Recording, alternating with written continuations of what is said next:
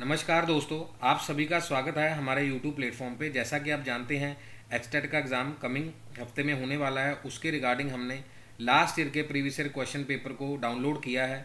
जो बोर्ड की वेबसाइट है उसका सेट ए है और यानी कि लेवल 1 है, जिसमें हम आज क्या करेंगे, प्रैक्टिस करेंगे।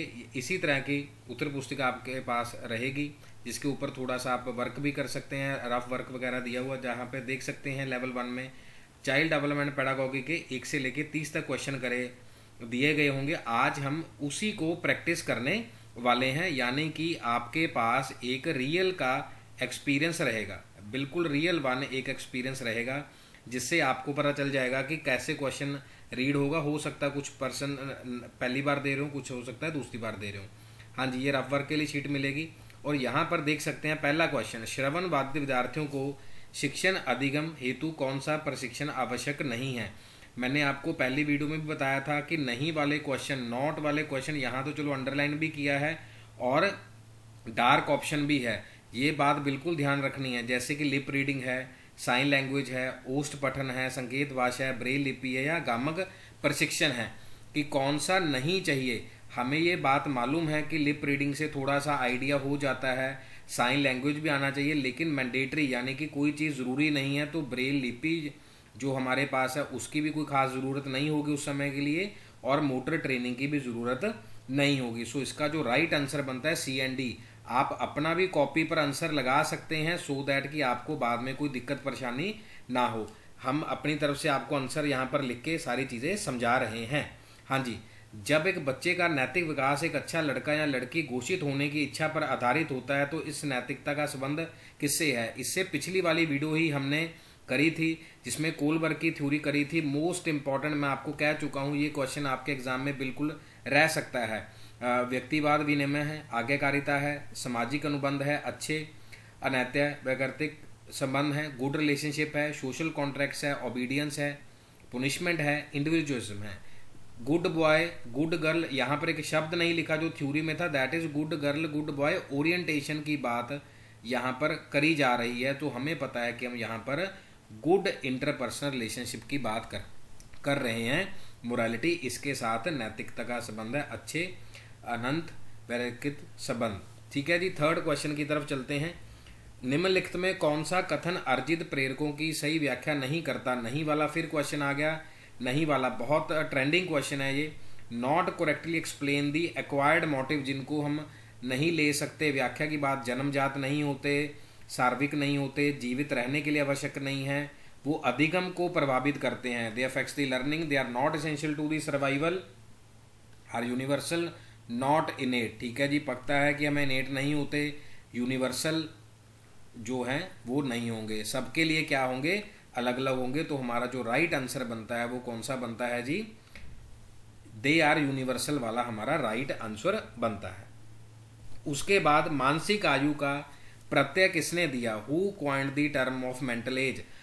लास्ट वीक भी हमने बात करी थी कि जितने भी मनोवैज्ञानिक है, जितने भी साइंटिस्ट रहे हैं, उनका कुछ ना कुछ ज्ञान, किताब, शब्द पूछे जा सकते हैं। तो इसका टर्म किसने दिया था, मानसिक आयु का टर्म दिया था। यहाँ पर देखो बिने लिखा हुआ है, वैसे हमारे पास इसको अल्फ्रेड बायनेट ने दिया था। टर्मैन को भी हम देख चुके हैं, स्टर्न के बारे में, वेशलर स्केल्स के बारे में हम बहुत अच्छे से पढ़ चुके हैं। अगर किसी को कोई दिक्कत हुई तो प्लीज़ बता दीजिएगा, मैं एक वीडियो और बना दूंगा इनके ऊपर, बस आपका सिलेक्शन होना चाहिए। शिक्षक का निम्नलिखित में कौन सा कार्य सर्जनशील बच्चे की क्षमता को अवरुद्ध करता है, यानी कि अवरुद्ध मीन्स रोकना। कौन सा ऐसा कार्य है या कौन सा ऐसा तरीका है जिससे टीचर के द्वारा बच्चे के पोटेंशियल को हम रोक पा रहे हैं। अपसारी चिंतन, इनकरेजमेंट और डाइवर्जेंट थिंकिंग, ये भी वर्ड काफ़ी इंपॉर्टेंट है जो हम ट्रेस कीवर्ड की बात करते हैं। डाइवर्जेंट थिंकिंग दूसरों के विचारों की अनुरूपता के लिए, insistence on conformity idea of others की भाई इसको फॉलो कर लो, उसको फॉलो कर लो, यहीं पर रुकना चाहिए। फ्रीडम फॉर, फ्रीडम एक पॉजिटिव वर्ड है। मोटिवेशन फॉर इनोवेशन, ये भी ठीक है, ये भी पॉजिटिव है। विचारों की अभिव्यक्ति और नए परिवर्तन की प्रेरणा, ये भी पॉजिटिव है। लेकिन कौन सा कार्य होगा, दूसरों के विचारों की अनुरूपता के लिए जोर देना, ये हमारा इस क्वेश्चन का राइट आंसर है। यानी कि ये नेगेटिव ऑप्शन था, ये तीनों के तीनों क्या है, पॉजिटिव ऑप्शन है टीचर के नजरिए से। हाँ जी, छठे क्वेश्चन की तरफ चलते हैं। निम्नलिखित में कौन सा बुद्धि परीक्षण एक अशाब्दिक बुद्धि परीक्षण है। Following intelligence is not a non verbal, यानी एक वर्बल होता है, एक नॉन वर्बल हो सकता है। हो सकता है कि वीडियो थोड़ा सा लेंदी जा सकता है, क्योंकि हम इसमें 30 क्वेश्चन एक ही गो में करेंगे और बिल्कुल एग्जाम का ही मैंने सेट कोड आपको निकाल के दिया है, उसी को कर रहे हैं। एक दिन में 2-2 प्रैक्टिस आपकी करवाएंगे, बस क्वालिफिकेशन होना चाहिए आपका। आर्मी अल्फा परीक्षण है, रेवन का जो प्रोग्रेसिव मैट्रिसेस है उसका प्रशिक्षण है, बिने साइमन का जो प्रशिक्षण है, जलोटा सामान्य मानसिक प्रशिक्षण है, बाइनेट साइमन टेस्ट है, जलोटा है, रावेंस है और आर्मी अल्फा टेस्ट है। सो हमारे पास जो नॉन वर्बल है वो कौन सा है, रावेन का जो प्रोग्रेसिव मैट्रिसेस टेस्ट है वो इसका राइट आंसर है। बाकी सभी के सभी क्या है, हमारे वर्बल हैं। इसका भी एक बार रीडिंग लेते चलेगा, क्योंकि प्रीवियस ईयर क्वेश्चन से ये भी पूछा जा सकता है। सिर्फ आपका और विश्वास बनाने के लिए हमने सीधा ही पेपर को डाउनलोड किया, अदरवाइज हम भी पीपीटी बना के आपको पढ़ा सकते थे, लेकिन समय बहुत ही कम है। आगे चलते हैं जी 7वें प्रश्न की तरफ। अनुदेशनात्मक कार्यक्रम के दौरान प्रतिपुष्टि द्वारा सुधार के उद्देश्य से क्या किया गया है, क्या मूल्यांकन है। आपको पता है मूल्यांकन के बारे में भी पूछा जाता है, योगात्मक, निदात्मक, व्यवस्थात्मक, निर्माणात्मक या रचनात्मक, इनके बारे में भी क्वेश्चन पूछा गया है, बहुत बार बार पूछा गया, तो मोस्ट इंपॉर्टेंट है, इसको भी कॉपी पे लिख लीजिएगा। हाँ जी, इंग्लिश की तरफ देखते हैं। इवेल्युएशन करी गई है for the purpose of improvement, की बच्चे की इम्प्रूवमेंट हो पाए। हम एक ही बात जानते हैं कि जब बच्चे की इम्प्रूवमेंट होती है तो बार बार टेस्ट लेने से होती है, और बार बार किसको कहते हैं जी, बार बार टेस्ट लेना किसको कहते हैं जी, इसी को कहते हैं फॉर्मेटिव एवेल्युएशन को। यहाँ पर भी देख सकते हैं हिंदी में कि निर्मात्मक और रचना की बात कर रहे हैं, इससे हम इंस्ट्रक्शनल प्रोग्राम में क्या कर सकते हैं, वृद्धि कर सकते हैं, बच्चों को फीडबैक दे सकते हैं। हाँ जी, पेवलोव, इवान पी पेवलोव आगे जी रशियन साइकोलॉजिस्ट रहे हैं इवान पी पेवलोव। अधिगम सिद्धांत का आधार किस प्रकार का सीखना है, which type of learning is the basis of Pavlov's learning theory. हम कहते हैं क्लासिक कंडीशनिंग, यहाँ से ही हमें नजर आ रहा है कि अनुबंधित की बात करी जा रही है। सो 8वें प्रश्न का जो आंसर है दैट इज द कंडीशनिंग। बहुत अच्छे क्वेश्चन आ रहे हैं, बहुत अच्छे लेवल का क्वेश्चन सेट किया गया, तो उम्मीद है कि आपका पेपर क्वालिफाई जरूर होगा। समाजीकरण, इसकी वीडियो हमने, यानी कि आज मंडे है, आज ही हम इस वीडियो को अपलोड करेंगे आपके लिए। बिल्कुल सैटरडे को हमने समाजीकरण का बता दिया था, तो आप देख सकते हैं 2023 में इसके बारे में पूछा गया है। समाजीकरण में साथियों का प्रभाव उत्तर बाल्यावस्था में किस नाम को संदर्भित नहीं करता, name of the late childhood. याद करिए, दूसरी वीडियो थी जब मैंने बताया था, इसी चैनल पर है, सारे प्लेलिस्ट भी बना दी गया, लेट चाइल्डहुड, मिडिल एज और ये सारी चाइल्डहुड के बारे में आपसे बात करी थी कि याद करके जाइएगा।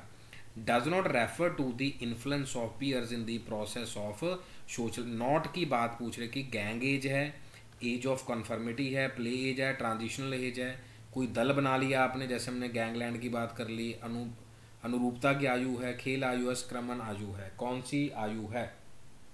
तो हमारे पास नॉट वाला कौन सा ऑप्शन आएगा जी, ट्रांजिशनल। हमें पता है कि उस आयु से शिफ्ट हो रहा है, तो वो समाजीकरण में नहीं आएगा। बाकी सब चीज़ें क्या हैं, हमारे पास सोशलाइजेशन के लिए क्या हैं, इन्फ्लुएंस करेंगे, प्रभावित करेंगे, प्रभाव डालेंगे। हाँ जी, 10th क्वेश्चन की तरफ चल रहे हैं जी, 10वें प्रश्न की तरफ। निम्नलिखित में कौन सा कारक अधिगम को नकारात्मक, ये मैंने कहा कि वर्ड चूज करना है, प्रभावित करता है। Which of the following factors negatively affects the learning. क्या प्रैक्टिस से, प्रैक्टिस तो हम कह रहे हैं mix man perfect, will power है, मोटिवेशन है। यहाँ से एक ही ऑप्शन हमें नजर आ रहा है कि अगर थकावट हो गई, थकान हो गई, तो इससे क्या हो सकता है, गलत प्रभाव आ सकता है। जैसे कि बच्चों ने कहा कि सर एक एक दिन में 2-2 वीडियो, बिल्कुल अगर आप मेहनत करेंगे तो हम भी आपके लिए मेहनत करेंगे। हाँ जी, 11वां प्रश्न जी, निम्नलिखित में कौन सा कारक व्यक्तिगत भिन्नताओं को प्रभावित करने में वंशानुगत कारकों में सम्मिलित नहीं है।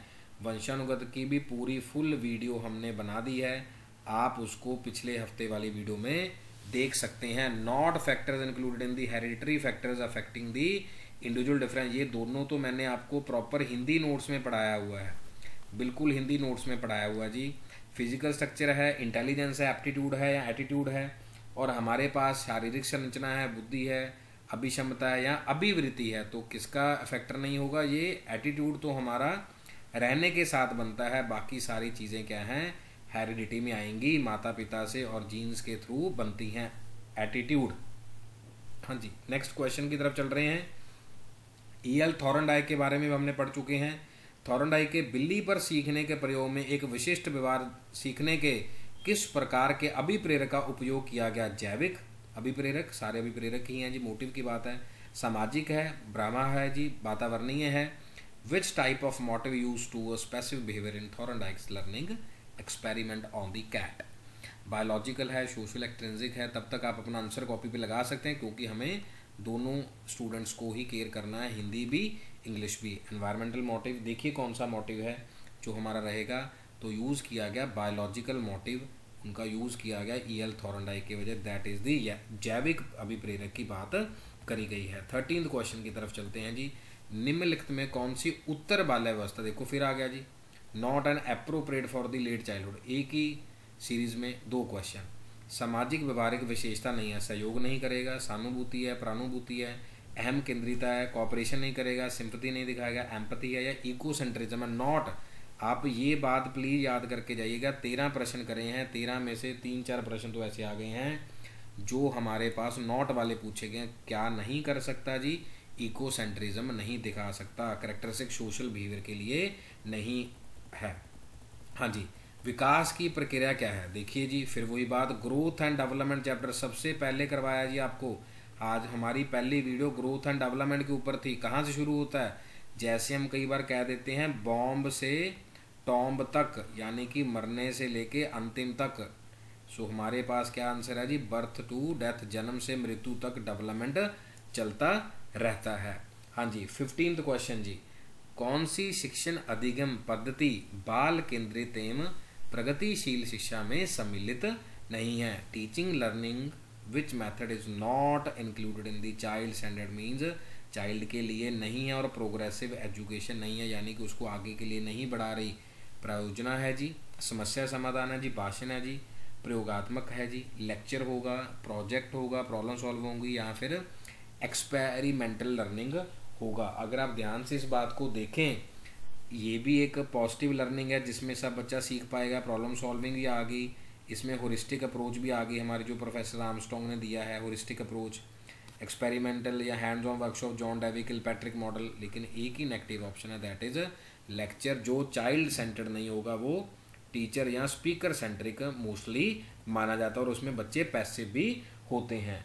यहाँ से भी क्वेश्चन पूछा जा सकता है। नेक्स्ट क्वेश्चन की तरफ बढ़ रहे हैं, हाफ वे स्टेज तक पहुँच गए हैं, और 10-12 मिनट के अंदर हमने 15 क्वेश्चन करे, और आपका ये भी आइडिया हो गया होगा कहाँ तक आप पहुँचने वाले हैं, कहाँ तक आपके मार्क्स और बढ़ जाएंगे। ठीक हो गया जी। हाँ जी, निम्नलिखित में कौन सा एक बाह्य अभिप्रेरक नहीं है, यानी कि एक्सट्रिंसिक की बात करी जा रही है। Which of following is not an extrinsic motivation या मोटिव? एक आई होता है जी, एक ई होता है, ये इंटरनल हो गया जी, ये एक्सटर्नल हो गया। साथ साथ में थोड़ा सा कॉन्सेप्ट भी बता रहा हूँ। अप्रूवल है, नहीं तो क्वेश्चन दे के टिक लगा के जा सकते थे। अप्रूवल है, पावर है, अचीवमेंट है, रेस्ट है। नहीं पूछा जी, अनुमोदन, अप्रूवल, सत्ता, उपलब्धि, ये सब चीज़ें ठीक हैं, लेकिन एक्सट्रिंसिक कौन सा अभिप्रेरक बाह्य नहीं है, बाहर वाला नहीं है। सो हमारे पास जो रेस्ट है वो हमारा इंटरनल की बात है, बाकी सब चीज़ें हमारी एक्सटर्नल के लिए बता रही हैं। ठीक है जी।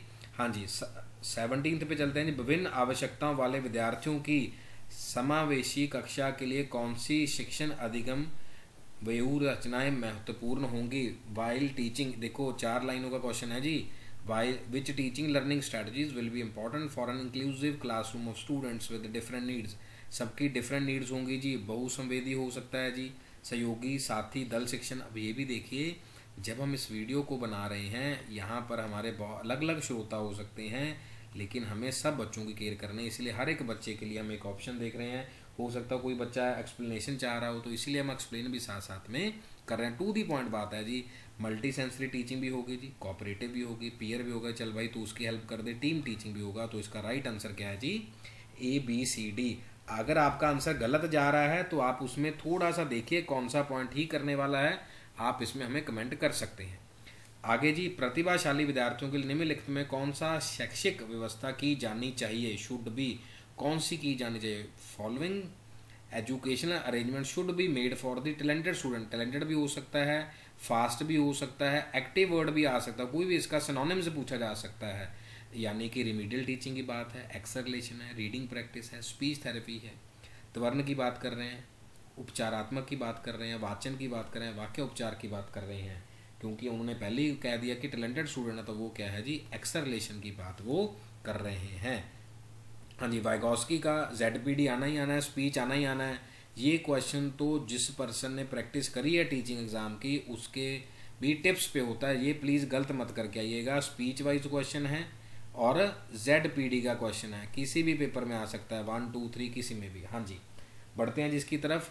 वाइगॉस्की के अनुसार वह भाषण जो स्वयं की ओर निर्देशित कहलाता है, which is directed to self, that is known as, तो हमारे पास क्या है, निजी भाषण है, प्राइवेट स्पीच की हम बात कर रहे हैं। हाँ जी, 20 नंबर पर आगे जी, किस मनोवैज्ञानिक ने अपनी संज्ञानात्मक विकास सिद्धांत में वस्तु स्थातित्व का संप्रत्यय प्रस्तुत किया है, which psychologist rendered the object of object permanence in the cognitive development theory. अगर आप क्वेश्चन कर रहे हैं तो यहाँ से देखकर ही रीड करने की ज़रूरत नहीं पड़नी चाहिए, यहाँ से ही काम हो जाएगा। मैंने आपको पहले ही बताया था, मनोवैज्ञानिक को देखिए, उसकी किताबें, उसकी लाइंस और उन्होंने क्या क्या दिया है। सो ऑब्जेक्ट परमानेंस पता ही है, वाइगॉस्की ZPD था, ब्रूनर लिंग्विस्टिक थे, कोलबर्ग का हमारा 3 स्टेजेस हैं और 3 लेवल्स हैं, 6 स्टेजेस हैं, इस तरीके से याद होना चाहिए। हाँ जी, 21वां, किस कार्य का संतोषजनक प्रभाव उस कार्य के सीखने को प्रभावित करता है, सीखने का यह नियम किस द्वारा प्रतिपादित किया गया। Satisfactory effect of task affects the learning of the task, who performed this law of learning. देखिए, जो बातें आपको कही गई हर एक वीडियो में वैसा ही पूछा गया है। पावलोव ने कहा, थॉर्नडाइक ने कहा, BF स्किनर ने कहा या जॉन वाटसन ने कहा।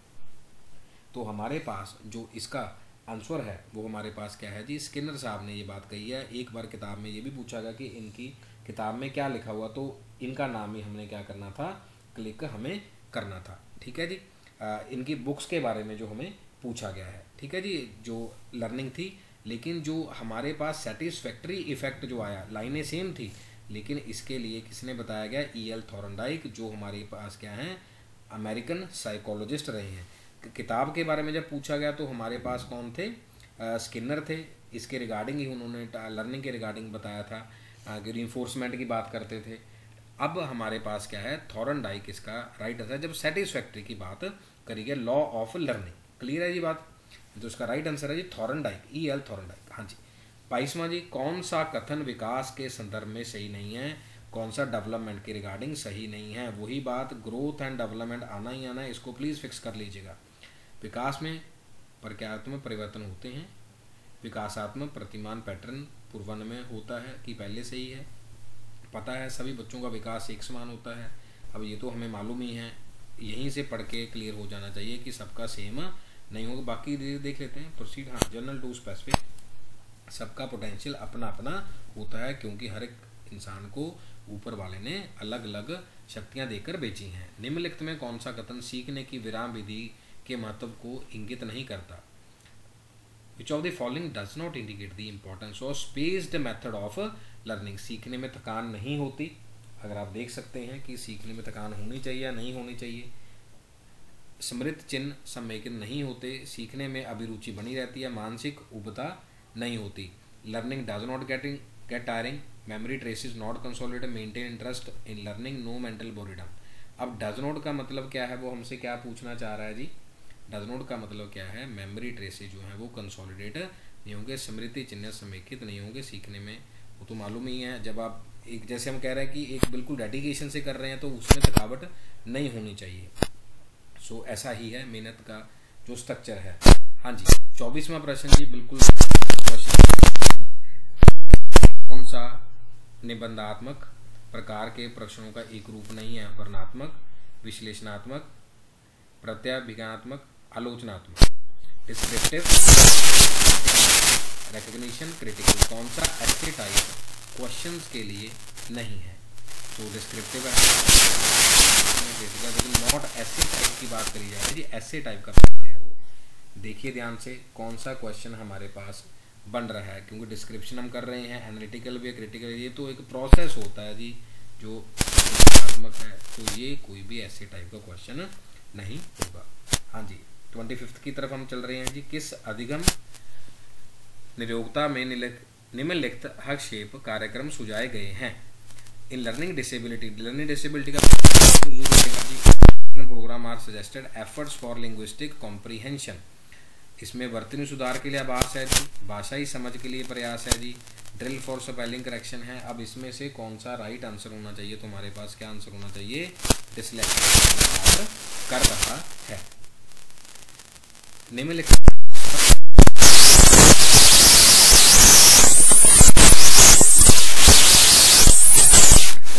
रिगार्डिंग लर्निंग कौन सा नहीं है। अधिगम अभ्यास द्वारा व्यवहार में परिवर्तन है, अधिगम अनुभवों के प्रमाण स्वरूप होता है, अधिगम व्यवहार में अपेक्षाकृत स्थायी परिवर्तन है, अधिगम परिपक्वता के कारण व्यवहार में परिवर्तन है, नॉट करेक्ट के कारण is not a change in behavior through practice, it occurs as a result of experiences, it is relatively permanent change। ये तो हम बात मानते ही हैं कि लर्निंग जो होगा चेंजेस वाइज होता है, लेकिन हमारे पास क्या है, it is change in due to maturity की बात नहीं होगी। बाकी सभी क्या है हमारे ठीक ऑप्शन है, चौथा वाला क्या है गलत है। हाँ जी बिल्कुल 27वें की तरफ चल रहे हैं जी। बिल्कुल, एक बच्चा किसी पाठ को अपनी सुविधा अनुसार कई भागों में बांटकर सीख रहा है, ये कौन सी विधि है। ये छोटे छोटे भागों में, जैसे आज हमने थोड़े थोड़े करके सारे क्वेश्चंस की प्रैक्टिस कर ली। पूर्ण विधि या विराम है, अंश है, प्रासंगिक है। A child learning a lesson dividing into several sections as per his convenience, his और हर कन्वीनियंस।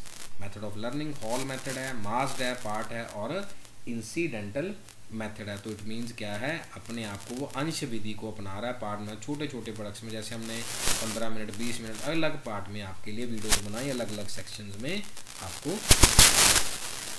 समीपस्थ विकास का क्षेत्र या संप्रत्यय किस मनोवैज्ञानिक द्वारा प्रस्तुत किया। 3-4 मनोवैज्ञानिक के बारे में पूछा गया। जोन ऑफ प्रोक्सिमल डेवलपमेंट, आगे पढ़ने की जरूरत नहीं है, सीधा ऑप्शन कहाँ जाना चाहिए, वाइगोस्की, लेव वाइगोस्की, जिन्होंने समीपस्थ विकास का क्षेत्र यानी कि जो प्रॉक्सिमिटी में रहते हैं उसकी डेवलपमेंट की बात करी थी। लास्ट के 2 प्रश्न की बात की हमारे रॉबर्ट गैगने है जी, फुल नेम इनका Robert Gagne. Learning model which type of learning not be required before any concept learning. Chain है, रूल है, सिग्नल है, डिस्क्रिमिनेशन लर्निंग है। कौन सा संप्रत्यय अधिगम के पूर्व प्रकार के लिए आवश्यकता नहीं होगी। श्रृंखला है, नियम है, संकेत है, विभेदन है। थोड़ा सा आज मैंने इस वीडियो में फास्ट करवाया है, यानी कि 30 करवाएं। अगर आपको फास्ट लगा तो अगली बार हम स्लो कर लेंगे, लेकिन स्लो करने का बेनिफिट इसलिए नहीं होगा क्योंकि मैं चाहता हूं कि हम मैक्सिमम क्वेश्चन करें। थोड़ा सा स्पीड वाइज हमने करा है, अदरवाइज हम 18 मिनट्स में कवर करते हैं 15-16 क्वेश्चंस को। आज हमने तकरीबन 23-24 मिनट में हमने इसको 30 क्वेश्चन को करा है। थोड़े से ईजी भी थे। तो देखिए 29 में कौन सा आ रहा है, तो रूल लर्निंग जो है, नियम अधिगम है, जो इसकी आवश्यकता में नहीं आता, लेवल 1 है। और बिल्कुल ये IQ वाला क्वेश्चन भी करा कि 90 से 110 बुद्धि लब्धि प्रसार किस बौद्धिक श्रेणी का प्रतिनिधित्व नहीं करता। ये क्वेश्चन भी मोस्ट इंपॉर्टेंट क्वेश्चन है। इन 30 से आपको ये मालूम चल गया होगा कि हमारे पास कौन सा स्ट्रॉन्ग है, कौन सा वीक है। तो हमारा इसका जो आंसर है वो है जी हमारे पास एवरेज है। तो अभी तक हमने क्या किया, लेवल 1 का जो पेपर एग्जाम 2023 था, क्लास 1 से लेके 5वीं तक हमने उसको कवर किया है। सो हमें यहाँ तक आपको पता चल गया होगा कि आपके पास कौन सा स्ट्रॉन्ग पॉइंट है और कौन सा वीक पॉइंट है। 30 के 30 अलग अलग टॉपिक में से पूछा गया, हो सकता है 7 टॉपिक में से पूछ लिया गया हो सकता है 8 टॉपिक में पूछ लिया गया। और जो टॉपिक वीक है उसको आप कर लीजिए। नेक्स्ट वीडियो में हम लेवल 2 का पेपर डिस्कस करेंगे। Level 2 next video level 2 discuss करेंगे। कोई और भी ज़रूरत पढ़ने के प्रश्न हुई तो आप प्लीज़ हमें इसमें फीडबैक में ज़रूर लिख दीजिएगा। बहुत बहुत धन्यवाद सभी का जुड़ने के लिए और हमारी वीडियो को लाइक करने के लिए और अच्छे से समझने के लिए। ज़्यादा ज़रूरी है और आपकी सिलेक्शन। Thank you.